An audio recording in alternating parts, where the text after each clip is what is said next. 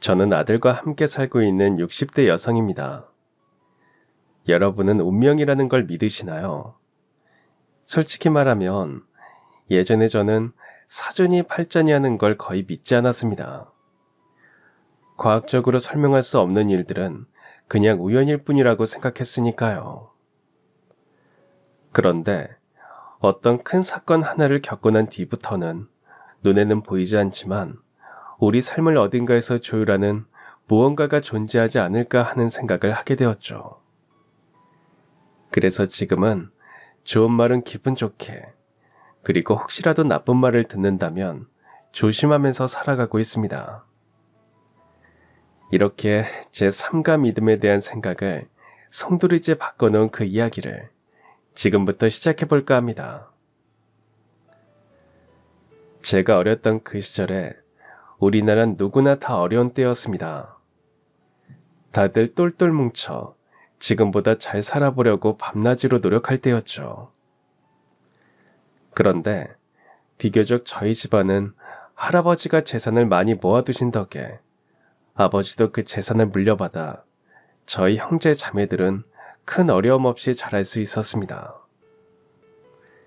아버지는 자식들을 엄하게 키우는 편이었고, 그래서 저도 부모님의 말씀을 어기는 법이 없었어요. 결혼도 마찬가지였습니다.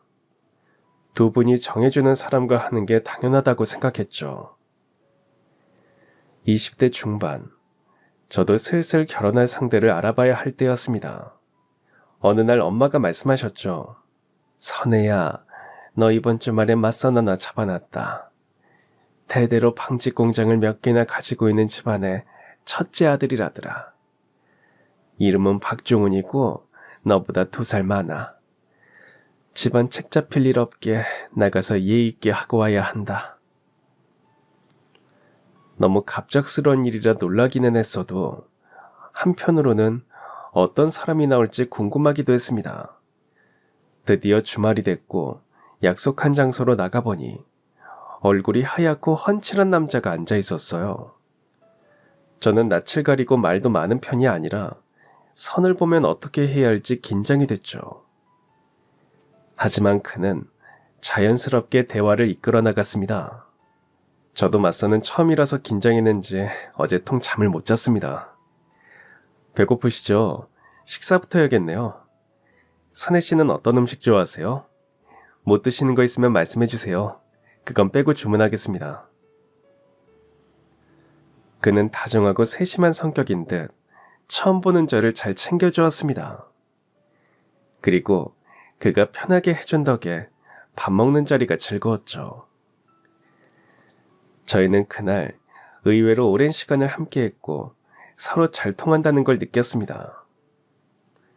맞선을 끝내고 집으로 돌아오자마자 엄마께서 궁금하다는 듯 물어보셨어요. 선혜야, 그 종훈이란 남자 괜찮았어?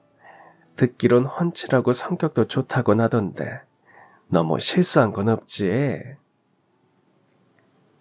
네, 없어요. 그리고 저는 그분이 마음에 들긴 한데 그분은 어떠실지 모르겠어요. 그때 전화벨이 울렸습니다. 엄마께서 전화를 받으셨는데 오늘 맞선을 주선해준 사람 같았어요. 그리고 통화를 끝낸 엄마의 표정은 밝았습니다. 아유, 선혜야, 그쪽에서도 너 마음에 든다고 했다는구나. 다음에 또 만나고 싶대. 아유, 우리 선혜도 곧 시집 가겠네. 너까지 결혼 잘 시키고 나면 이 엄마는 더는 바랄 게 없다. 첫 만남 이후 종훈 씨와 저는 종종 만나서 데이트를 했습니다. 그의 집안은 엄마께서 알려주신 대로 방직 공장을 몇 개 갖고 있는 잘 사는 집이었어요.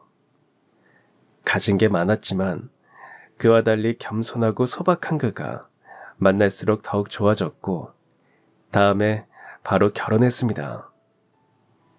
결혼 생활은 별다른 문제가 없었어요. 딱 한 가지만 빼고 말이죠. 그건 바로 아이 문제였습니다. 시댁에선 바로 아이를 갖길 원하셨어요. 저도 그러길 바랬지만 바램과 달리 아이는 쉽게 찾아오지 않았습니다. 요즘은 아이를 안 가지는 부부도 있고 늦게 갖기도 하지만 그때만 해도 결혼하면 바로 아이부터 낳는 게 당연하다고 생각했던 때였죠. 저는 제 몸에 문제가 있는 건 아닐까 하는 생각까지 하게 됐죠. 그때마다 위로가 된 건 남편이었습니다. 아, 이게 다 무슨 냄새야? 여보, 그거 혹시 한약이야? 당신 어디 아파? 아, 아픈 건 아니고 아까 낮에 어머니랑 같이 한약방 다녀왔거든요. 가서 아이 잘 들어서는 약 받았어요. 이거 꾸준히 먹으면 임신할 수 있다고 해서. 근데 냄새가 좀 심하긴 하죠. 당신 비위도 약하면서 이거 먹을 수 있겠어? 아이는 때 되면 다 생기겠지. 당신이랑 나랑 아직 나이도 많지 않고 몸도 팔팔한데 너무 부담 갖지 말어. 오히려 부담 갖고 그러면 생길 나이도 안 생긴대. 언제나 제 편이 되어주는 남편이 고마웠습니다. 2년 후 드디어 그토록 기다렸던 기쁜 소식이 찾아왔어요. 드디어 제가 임신을 한 거였어요. 그리고 10달 뒤 저는 아들 쌍둥이를 낳았습니다. 하지만 쌍둥이 중 한 명은 세상에 나오자마자 죽고 말았어요. 저는 그게 제대로 품어주지 못한 제 탓인 것만 같아서 한동안 힘들었습니다. 살아남은 다른 쌍둥이를 제대로 안아주는 것도 못할 정도로 말이죠. 이때도 위로가 됐던 건 남편이었습니다. 여보, 미안해요. 내가 더 건강했으면 이렇게 허망하게 우리 아기 떠나보내지 않았을 텐데. 다 내 탓이에요. 무슨 소리를 하는 거야? 그게 어떻게 당신 잘못이야? 아기는 당신 혼자 만들었어? 우리 결혼할 때 즐거운 일도 슬프고 힘든 일도 다 같이 하기로 했잖아. 혼자만 자책하지 마. 우리가 남은 아들이라도 잘 키워야지. 이 아이마저 잘못되면 그땐 어떡할 거야? 부모인 우리가 지켜야 하지 않겠어? 근데 당신이 이렇게 계속 아무것도 안 먹고 있으면 아기는 어떻게 해? 자, 그러니까 얼른 한술 뜨자. 남편의 말을 듣고 저는 정신을 차렸습니다. 한 아이는 잃었지만 남은 아이는 꼭 지켜주리라 다짐했습니다. 아들에겐 재영이라는 이름을 지어주고 하나뿐인 아들을 애지중지 키웠습니다. 아들은 보살핌 속에서 건강하게 자랐고 똑똑했습니다. 아이는 존재 자체만으로 저희 부부의 기쁨이었죠. 그리고 숫기 없는 저와는 달리 남편을 닮아서 다정하고 밝았습니다. 공부도 잘하고 운동도 잘하고 성격도 좋아서 친구들에게도 인기가 많았죠. 재주 많은 아들은 유독 그림을 잘 그려서 그쪽으로 나가고 싶어 하는 듯 했습니다. 하지만 그때만 해도 남자가 그림은 돈 못 버는 가난한 일이라 저는 걱정이 되었어요.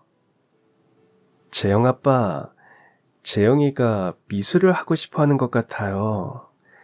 그냥 한때 취미겠거니 했는데 학원도 다녀보고 싶다고 하더라고요. 그래? 그럼 미술학원 당신이 한번 알아봐 줄래? 네?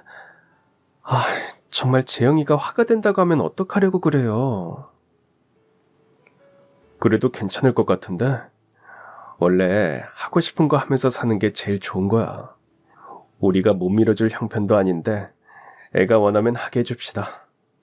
남편은 늘 아들의 편이 되어주었습니다. 그런 아버지 밑에서 자란 아들 역시 남편을 존경하고 의지했죠. 저희 가족은 누구나 부러워하는 집안이었습니다.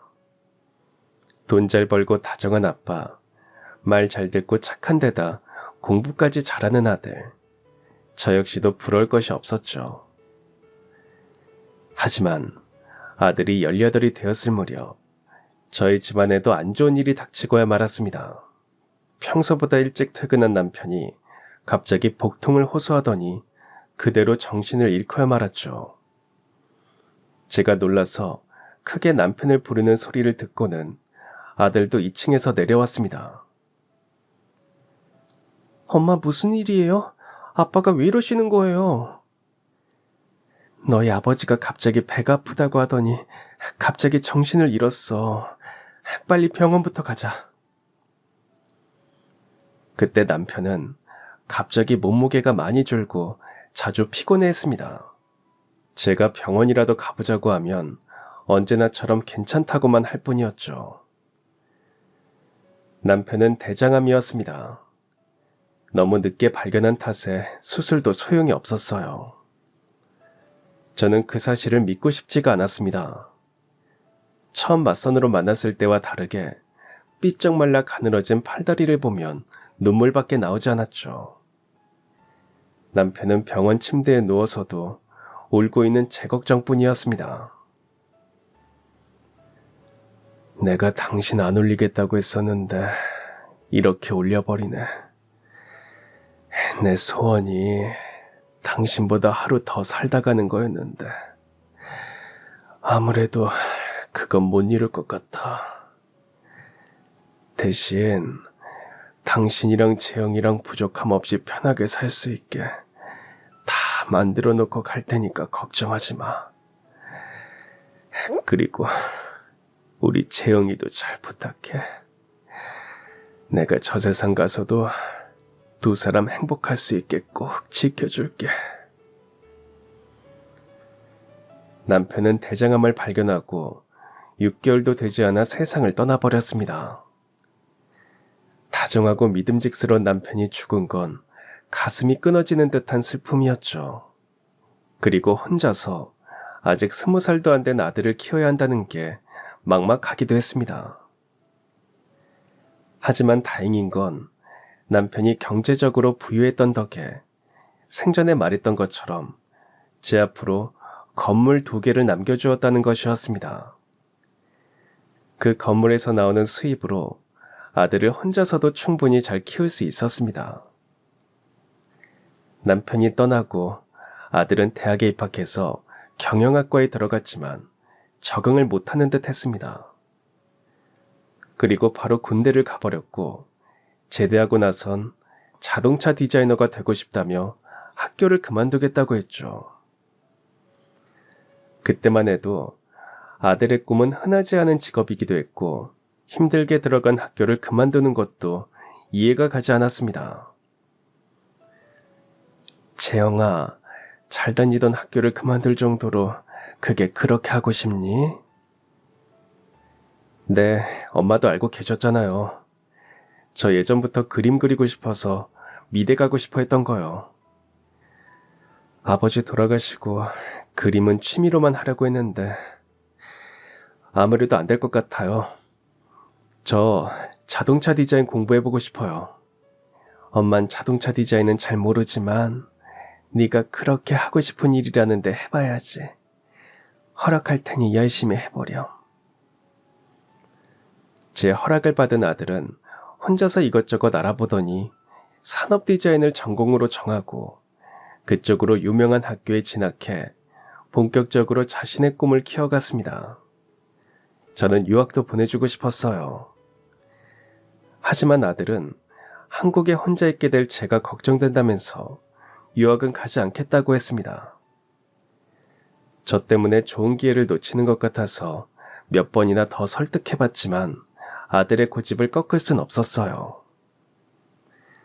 대학교에서 열심히 공부한 아들은 무사히 자신의 꿈대로 자동차를 만드는 회사에 들어가 디자인과 관련된 일을 할 수 있게 되었습니다. 아들이 회사에서 자리를 잡자 제 고민은 한 가지였습니다. 그건 바로 아들의 결혼이었죠. 대학 졸업하고 일에 매달리며 사느라 도통 연애를 하는 것처럼 보이지 않았거든요. 만나는 사람 있냐고 물어봐도 속 시원한 대답을 해주지 않았습니다. 제가 남편을 만났던 것처럼 저도 맞선이라도 알아봐야 하나 고민하고 있을 때쯤 아들이 소개시켜주고 싶은 여자가 있다고 했죠. 저는 너무 놀랐습니다. 너 그동안 만나는 사람 없다고 했잖아. 그동안 엄마를 속인 거야? 속인 게 아니라 그땐 만난 지가 얼마 안 됐을 때라 그랬어요. 죄송해요. 저 그 사람이랑 결혼하고 싶어서 소개시켜 드리는 거예요. 지금 대학 졸업반이라 당장 결혼하는 건 아니지만 약혼이라도 미리 해두고 싶어요. 아들이 데려온 애인은 제 마음에도 쏙 들었습니다. 단아하고 얌전하고 둘이 나란히 앉아있는데 한 폭의 그림이 따로 없을 정도였죠. 저는 아들이 좋으면 약혼이든 결혼이든 반대할 생각이 없었습니다. 얼마 가지 않아 아들의 말대로 둘은 소박하게 약혼식부터 올렸어요. 그러던 어느 날 아들이 말했습니다. 엄마, 민이 곧 있으면 졸업이잖아요. 그래서 더 바빠지기 전에 2박 3일 강원도 여행 다녀오려고 하는데 같이 가실래요? 뭐? 아휴, 내가 같이 가도 되나? 괜히 젊은 사람 노는데 눈치 없이 끼는 거 아냐? 미니가 싫어할지도 몰라. 미니가 같이 가자고 한 거예요. 엄마도 여행 가신 지 오래됐잖아요. 아이고, 그랬구나. 미니한테 고맙네. 그래, 그럼 나도 같이 가자. 하지만 여행 당일 저는 감기 몸살이라도 걸렸는지 몸이 너무 좋지 않았어요. 이런 몸으로 따라가면 짐이 될까봐 둘이서 잘 놀고 오라고 말하고 저는 집에서 쉬었습니다. 이틀간 푹 자고 났더니 아이들이 돌아오기로 한 날은 언제 아파냐는 듯 몸이 개운했죠. 그래서 애들이 오면 맛있는 저녁을 차려주려고 아침부터 시장을 봤습니다. 그런데 음식을 다 만들고 두 사람을 기다리던 중 전화벨이 울렸습니다. 참 이상하게도 평소와 다를 것 없는 벨소리인데 그때는 등골이 서늘해지면서 뭔가 불길했죠. 저는 떨리는 손으로 수화기를 잡아들었습니다. 여기 병원입니다. 박재영 씨 가족분 되십니까? 아드님이 교통사고를 당해서 실려오셨어요. 보호자께서 빨리 와보셔야 할 것 같습니다.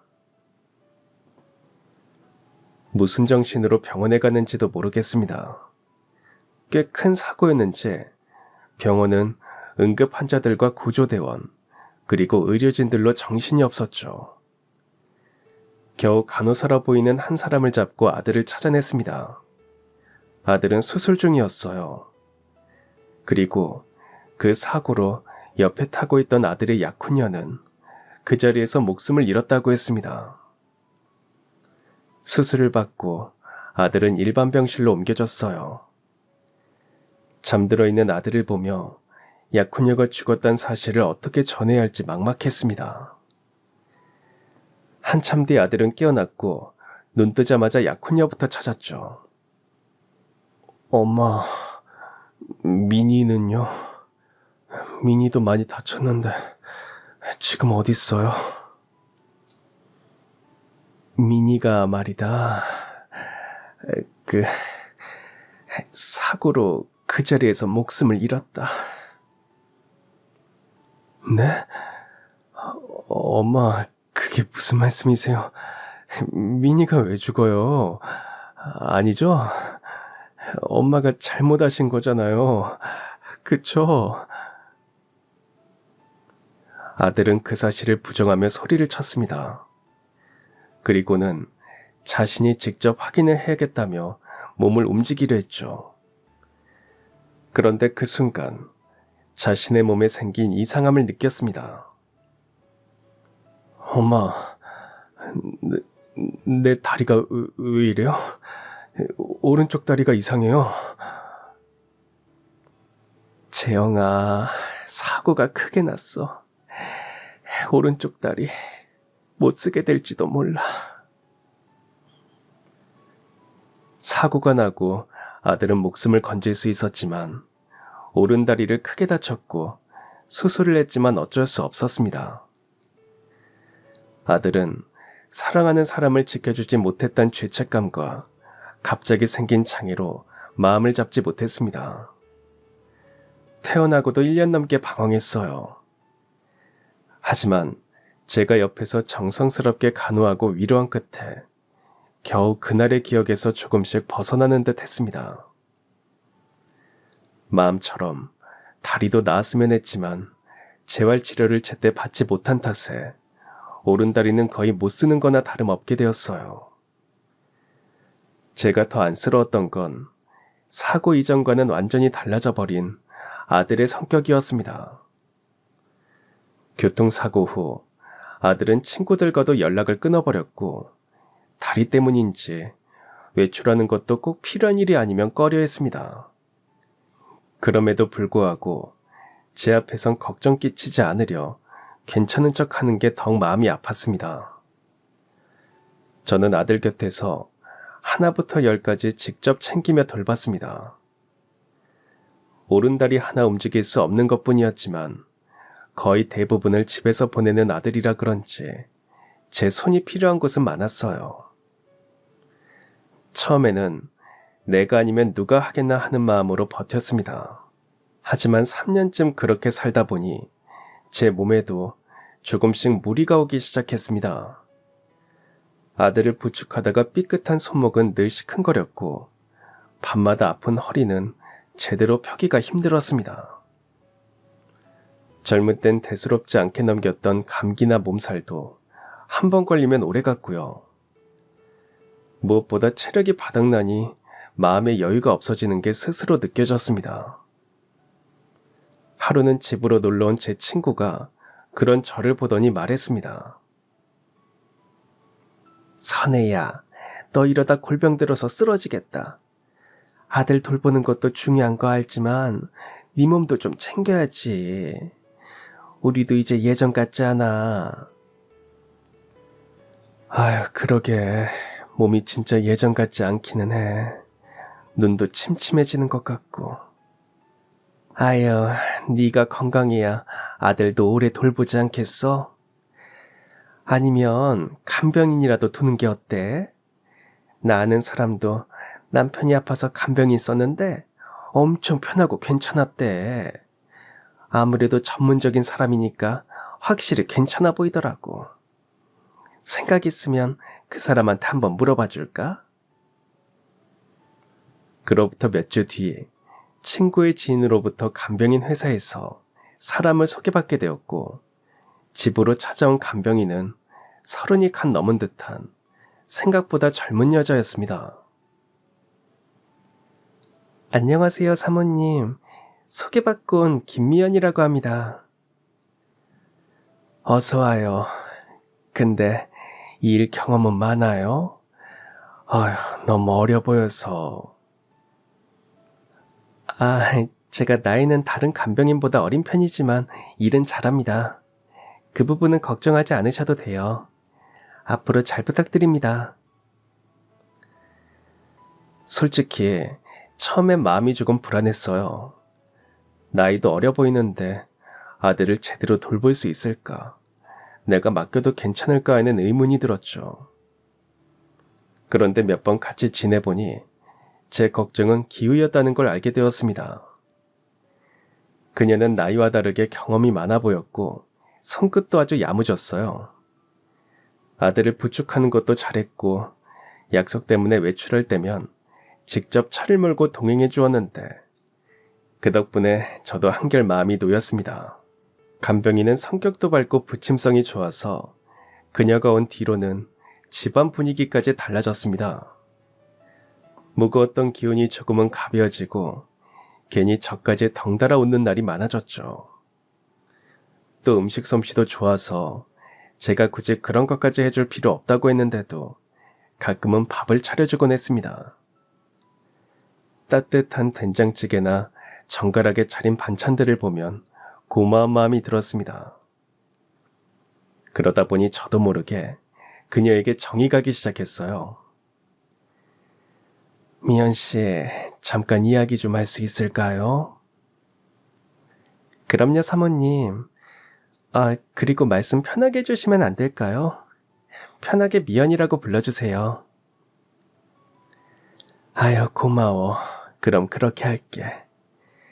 미연아, 혹시 일정 괜찮으면 이제 일주일에 5일쯤 출근해 줄 수 있어? 혹시 다른 곳도 나가니? 아니요, 지금은 사모님 댁만 오니까 저야 좋죠. 감사합니다. 미연이는 주 5일을 출근해달라는 제 부탁을 흔쾌히 들어주었습니다. 그렇게 몇 마디를 나누자 저는 그동안 궁금했던 걸 물어보게 됐습니다. 미연이는 어쩌다 이 일을 시작하게 된 거야? 사실 너 처음 왔을 때 조금 놀랐었어. 내가 생각했던 것보다 훨씬 어려서.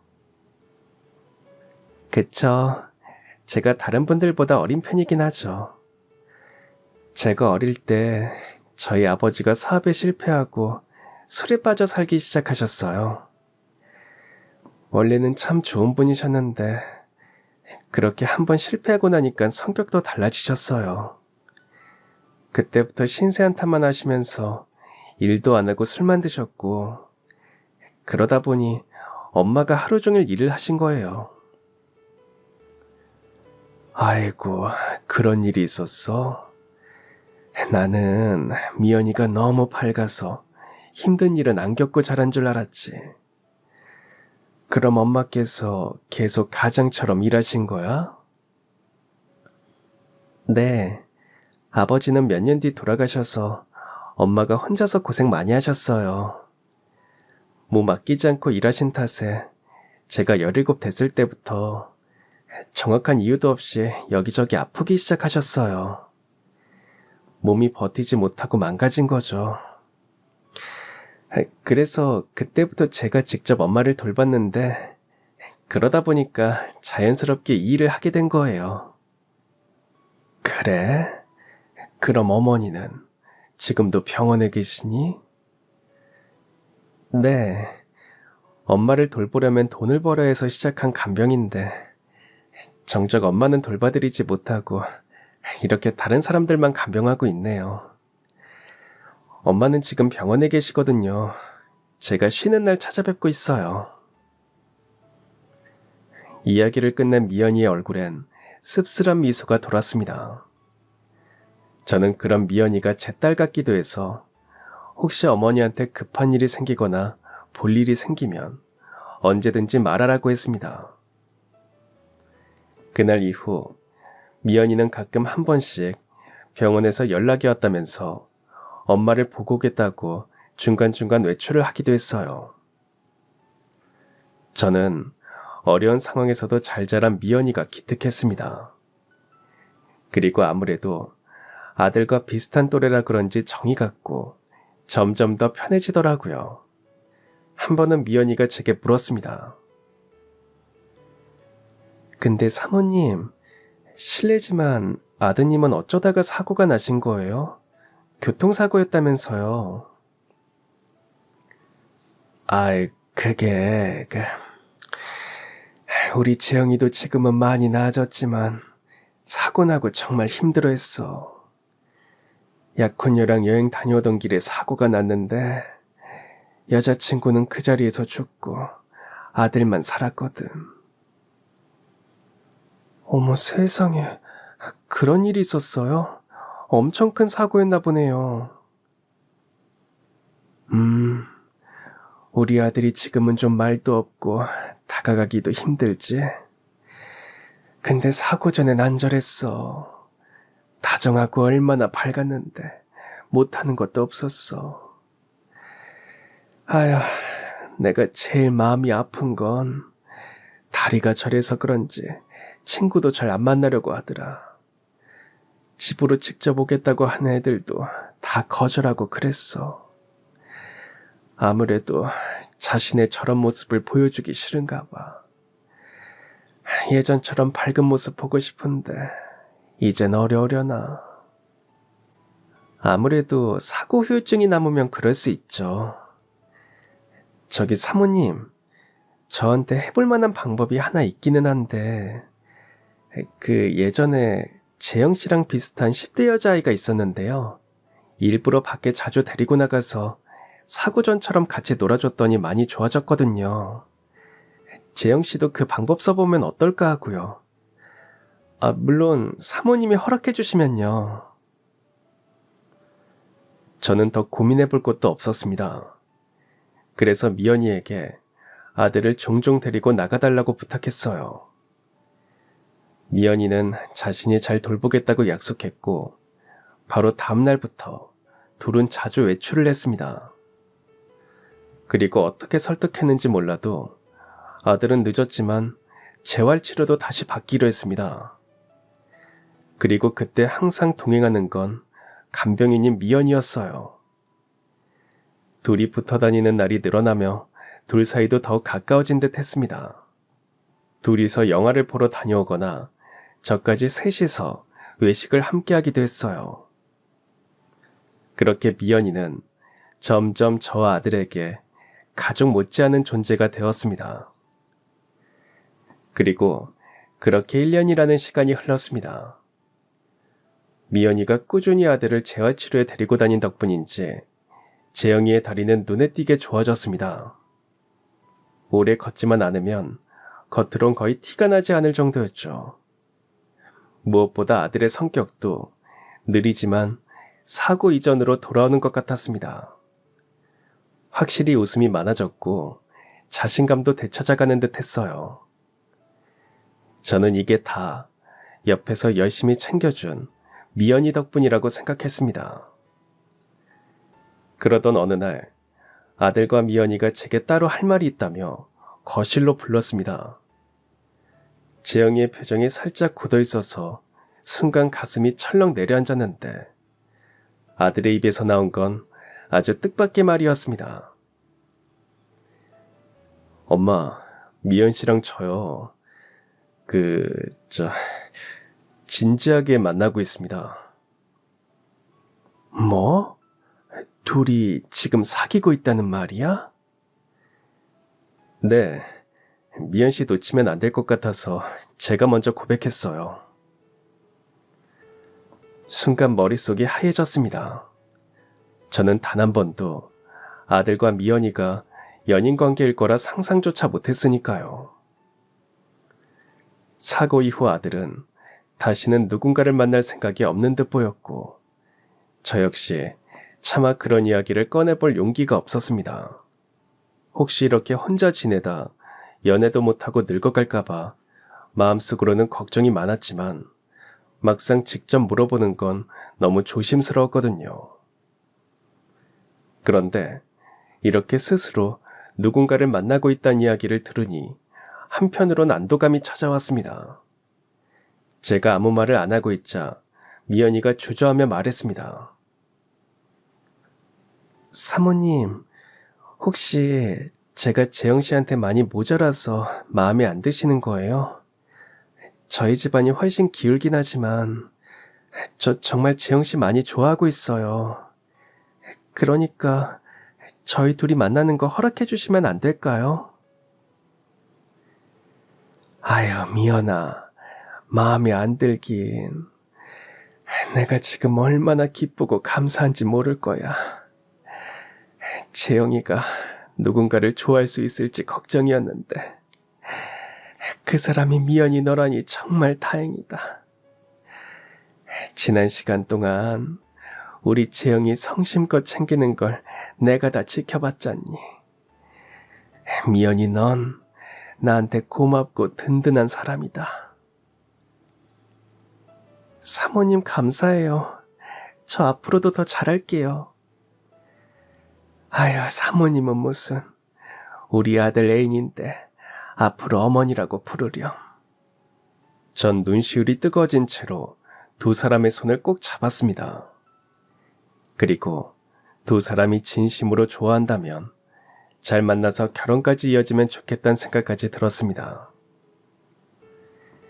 그날 이후 아들과 미연이는 예쁜 만남을 이어갔습니다. 새롭게 찾아온 사랑에 아들의 몸과 마음은 날로 좋아져가는 듯 했어요. 그런데 어느 날 밝아진 아들의 표정과는 달리 미연이 얼굴이 무척 어두웠습니다. 그게 걱정이 되어 저와 아들은 무슨 일이 있는 거냐고 물어봤어요. 미연이는 별일 없다며 지나가려 했지만 곧 사정을 털어놨습니다. 그게 병원에 계신 엄마가 수술을 받으셔야 해서요. 얼마 전에 위장에서 종양을 발견했는데 초기라서 수술만 하면 금방 나을 수 있대요. 근데 지금 당장 수술할 돈이 없어서요.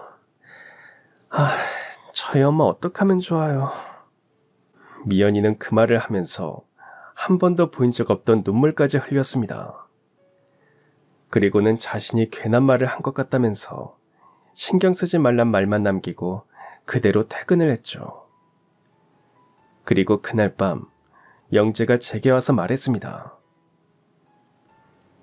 엄마, 미연이 어머니 수술비 말이에요. 그거 제가 보태주고 싶어서요. 아직 엄마한테 말씀드리진 못했지만 저 미연이랑 결혼까지 생각하고 있어요. 어머, 그게 정말이야? 미연이도 그러자고 했어? 네, 얼마 전에 제가 먼저 말 꺼내긴 했는데 어머니한테 먼저 말씀드리라고 하더라고요. 니들 둘 생각이 제일 중요하지. 그래, 채영아. 네 생각대로 미연이 어머니 수술비 해드려라. 수술만 하면 사실 수 있다는데 사람부터 살리고 봐야 하지 않겠어? 저는 딱히 말릴 이유가 없었습니다. 아들은 미연이 어머님의 수술비도 마련해줬고 그 이후로도 몇 번 생활비를 건네주는 것 같았습니다.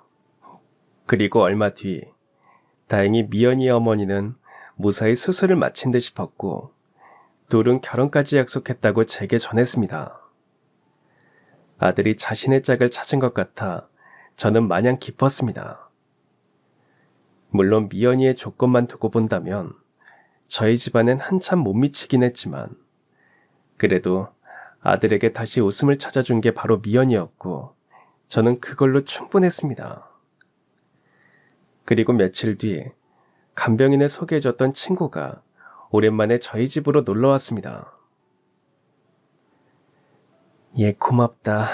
네 말 듣고 간병인 구했더니 우리 아들 몸도 많이 좋아지고 결혼까지 하게 생겼어.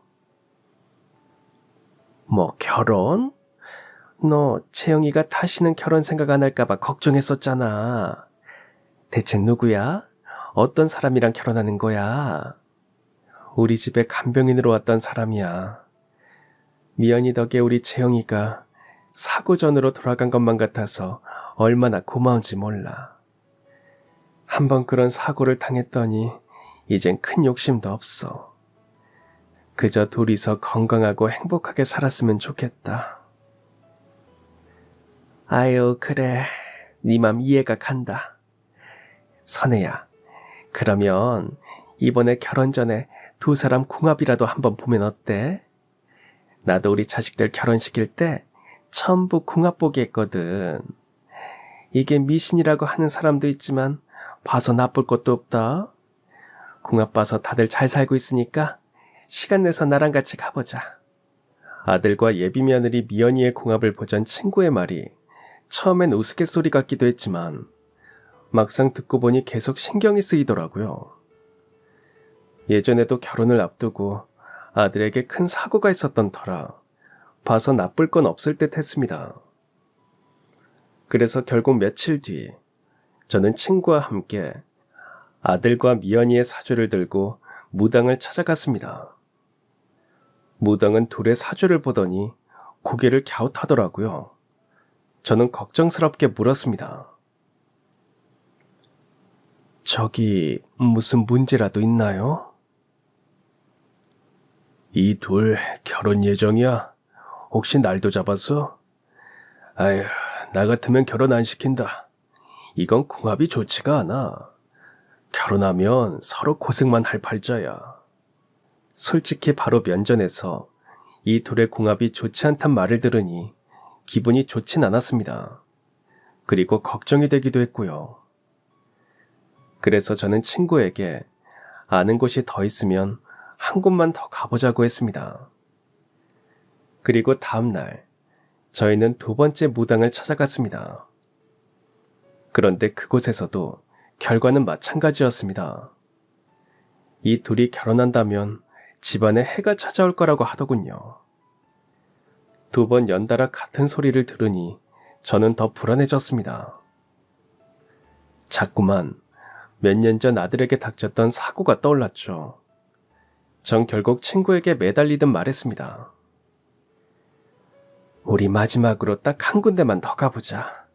그 제일 용하다는 집 있지 않았어? 며칠 뒤 친구가 어렵사리 시간을 잡아서 용하다는 무당을 찾아갔습니다. 들어서자마자 북적이는 대기 손님들만 봐도 이곳의 소문이 괜한 게 아님을 알 수 있었죠. 마침내 제 차례가 되어 자리에 앉자 무당은 제 얼굴을 똑바로 쳐다보더니 등골이 서늘해질 말을 했습니다. 돈은 많아도 마음이 허하구먼. 원래 팔자가 자식이 하나뿐인데 둘이나 나와서 하나를 잃었지? 그래서 오늘은 무슨 일로 왔어? 쌍둥이 중 한 명을 잃었단 사실은 저희 가족 외엔 아무도 모르는 일이었습니다. 그걸 그 무당이 말하자 순간 믿음이 확 생겼죠. 그 무당이 하는 말이라면 진실일 것만 같았고 마지막 희망을 걸고 아들과 예비 며느리의 사주를 내밀었습니다. 저희 아들이 이 여자랑 결혼을 하려고 하는데요. 2 사람 궁합이 어떤지 궁금해서 왔습니다. 잘 좀 봐주세요. 어디 보자. 아휴, 나도 이런 말을 해야 해서 미안하지만 솔직히 말하자면 이 둘은 결혼할 궁합이 아니야. 나 같으면 절대 결혼 안 시키네. 이 인연은 남자 하나만 망하게 하는 게 아니라 집안 전체를 기울게 할 수도 있어. 아휴, 안 좋아도 너무 안 좋아. 3명의 무당들이 궁합을 보고 하나같이 안 좋다고 하니 기가 막힐 노릇이었습니다. 정말 이 결혼을 말려야 하나 고민하고 있는데 그 무당이 마지막으로 제게 충격적인 질문을 던졌습니다. 근데 이 여자 말이야, 미혼 확실해? 네? 아니, 그게 무슨 말씀이세요? 당연히 미혼이죠. 그래? 정말 결혼한 적 없대? 당신한테 숨기는 거 아니고? 이상하다. 사주만 보면 이미 결혼을 했어도 벌써 했을 팔자인데. 3명의 무당에게서 들었던 말이 계속 머릿속을 맴돌았습니다. 특히 마지막 무당의 말은 더욱 마음에 걸렸어요. 미연이가 결혼을 했어도 이미 했을 거란 그 한마디는 계속 제 신경을 거슬리게 했어요. 제가 아무 말도 안 하고 있자 친구가 조심스럽게 말했습니다.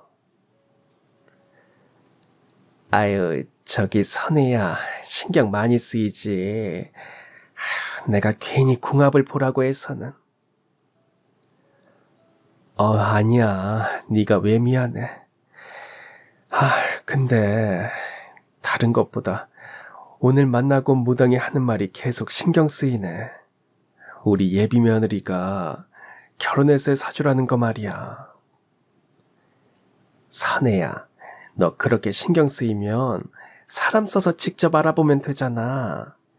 요즘은 흥신소에 부탁하면 다 알아봐 준다더라. 그 말을 듣고 나니 결혼하면 평생 한 식구가 될 며느리인데 괜히 찝찝함을 안고 결혼시키는 것보다는 정확하게 알아보는 게 훨씬 낫지 않을까 하는 생각이 들었습니다. 다음 날 저는 친구의 도움으로 한 흥신소를 찾아 예비 며느리 미연이에 대한 궁금증을 풀어달라고 부탁했습니다. 그리고 며칠 뒤에 한 카페에서 흥신소 직원을 다시 만났고 놀라운 사실을 알게 돼버렸습니다. 의뢰하신 분에 대해서 알아봤는데요. 알려주신 거랑 다른 부분이 너무 많습니다. 다른 부분이 많다니요? 그러면 미연이가 저한테 거짓말을 했다는 겁니까? 저희가 조사한 바론 그렇습니다. 일단 간병인이 아니에요. 자격증도 없고요. 간병인 회사에서 일하는 말단 직원이었어요. 그리고 어머니 한 분만 살아계시다고 하셨잖아요. 근데 김미연 씨 부모님 두 분은 이미 돌아가셨습니다. 그리고 사모님, 이게 제일 놀라실 것 같은데 김미연 씨 말입니다. 이혼을 한 적이 있던데요. 진짜 간병인도 아니고 부모님 두 분이 돌아가셨다는 사실부터 충격이었는데 이혼이라뇨. 저는 생각도 못한 흥신소 직원의 말에 아무 말도 할 수가 없었습니다. 그는 계속해서 자신이 알아낸 사실을 말했습니다. 사모님, 그 이혼이요. 저희 생각엔 위장이혼일 가능성도 있는 것 같습니다. 전 남편이 사업 실패로 빚이 많았더라고요. 요즘 빚 때문에 이혼하는 부부가 꽤 있습니다. 위장 이혼이요? 아니, 무슨 근거로 그런 말씀을 하시는 거예요? 김미연 씨가 한 원룸에 꾸준히 왔다 갔다 하는데 알아보니까 그게 전 남편이 현재 살고 있는 집입니다. 동네 사람들도 그 둘이 부부인 줄 알고 있더라고요. 흥신소 직원의 그 말을 듣자 제 머릿속으로 스쳐 지나가는 일이 몇 개 있었습니다.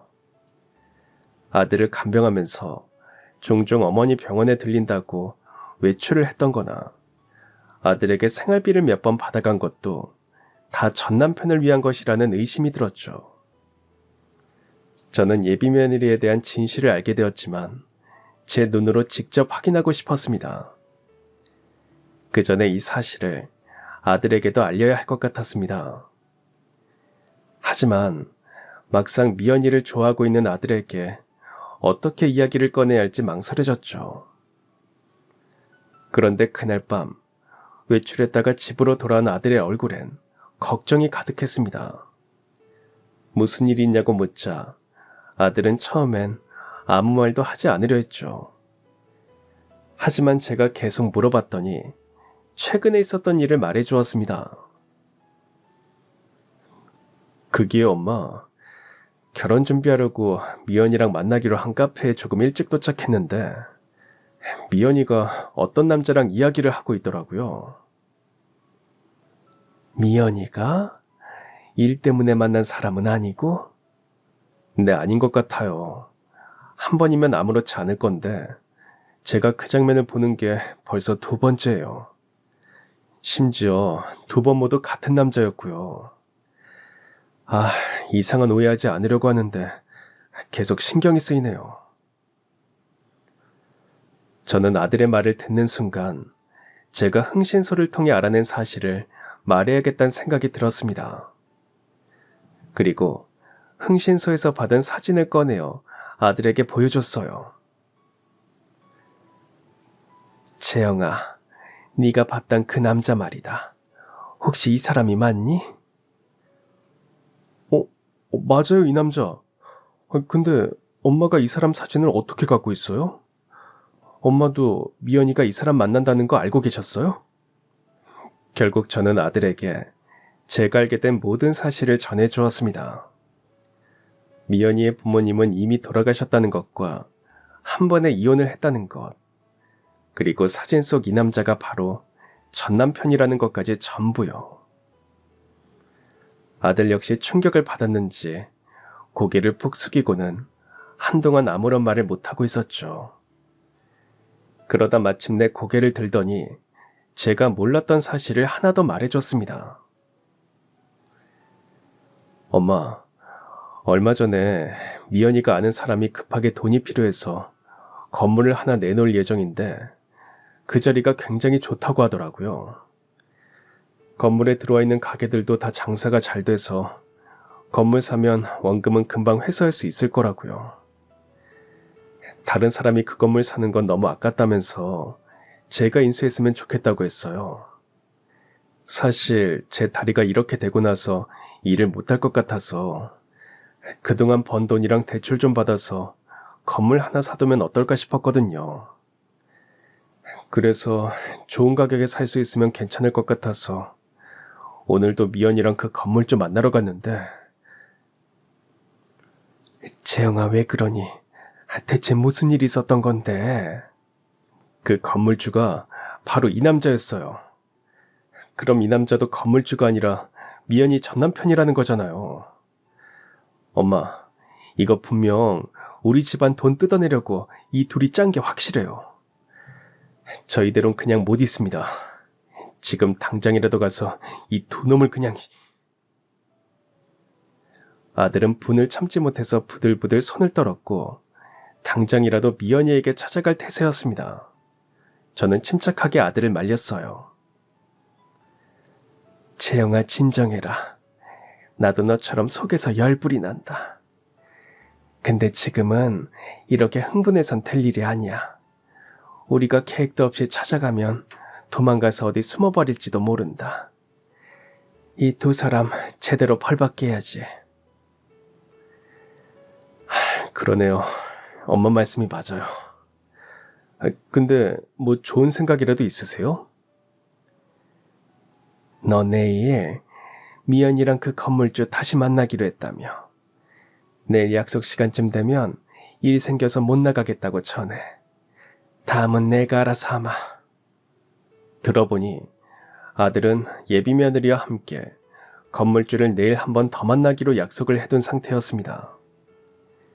그래서 저는 아들에게 약속 시간쯤 되면 일이 생겨 못 나갈 것 같다고 전하라고 했죠. 그리고 저는 그 약속 장소에 제가 만났던 흥신소 직원을 먼저 보내서 미연이와 건물주 행세를 하는 전 남편의 대화를 녹음해달라고 부탁했습니다.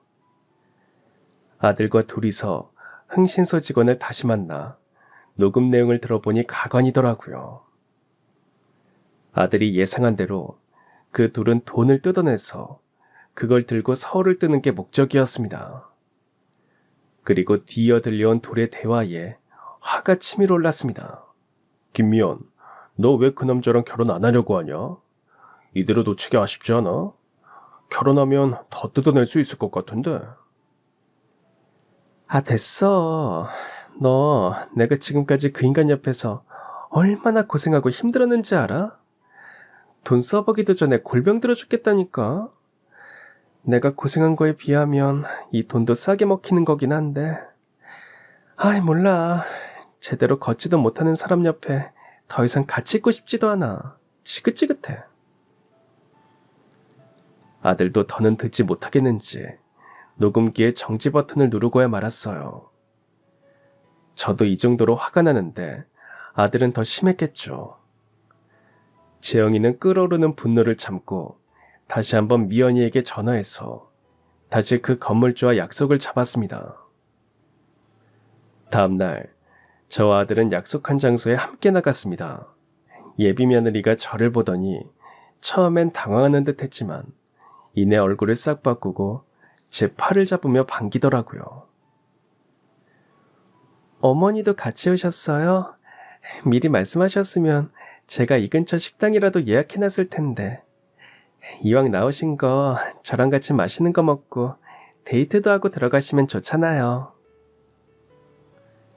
뭐? 식당? 데이트? 이거 놔. 내 몸에 손끝 하나 대지 마라. 징그러우니까. 그리고 너랑 우리 재영이 결혼 없던 걸로 하자. 저는 더 이상 말로 하기 싫어서 그동안 모은 증거들을 하나씩 꺼내 미연이에게 보여줬습니다. 미연이는 처음에만 당황스러워했지 나중엔 눈 하나 깜짝하지 않고 저한테 맞받아쳤죠. 아, 조금만 더 속였으면 됐는데 아쉽게 됐네. 내가 잘 걷지도 못하는 이 사람 옆에서 얼마나 고생했는지 알아요? 쥐꼬리만한 월급 받으면서 말이에요. 어머니도 힘들어서 간병인 쓴 거면 잘할 거 아니에요. 이 정도는 충분히 받을 만하지 않나요? 그동안 쌓였던 분노가 폭발하려는 순간 옆에 있던 미연이의 전남편이라는 남자가 미연이에게 이렇게 다 들통난 마당에 여기 더 있으면 안 될 것 같다며 얼른 도망가자고 하더군요. 하지만 그때 머지않은 곳에서 경찰차의 사이렌 소리가 들리더니 카페 앞에서 멈춰섰습니다. 이곳으로 오기 전 아들이 이미 두 사람을 혼인사기 혐의로 고소해둔 상태였거든요. 두 사람은 순순히 체포되었습니다.